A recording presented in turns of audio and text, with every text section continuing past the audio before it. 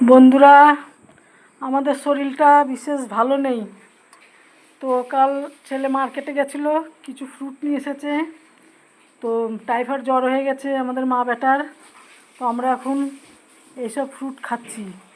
তো আমার ভিডিওটা বানানোর এটাই একটা চেষ্টা যে তোমাদের যদি কারো ডেঙ্গু জ্বর কি ম্যালেরিয়া জ্বর যদি হয়, তো খুবই লিকুইড জিনিস খাবে, জুসটা বেশি খাবে, জল বেশি খাবে, হ্যাঁ। আর সাথে এইসব ফল খাবে। এটা হচ্ছে কিবি বলে, কিবি ফল। এতে প্রচণ্ড আয়রন হয় শুনেছি আমি। আর এটা হচ্ছে আপেল, আপেলও প্রচুর মানে ভিটামিন আছে। আর এটা হচ্ছে বাংলাতে বলে বেদানা, আর হিন্দিতে বলে আনার। তো এইসব ফল। আর এটা হচ্ছে বিট, বিট। তো এইসব ফল আর এইসব জাতীয় জিনিস খাবে যখন জ্বর হবে কি শরীর অসুস্থ থাকবে। এগুলো তো শরীরে প্রচুর প্রচুর পরিমাণে শক্তি দেয়।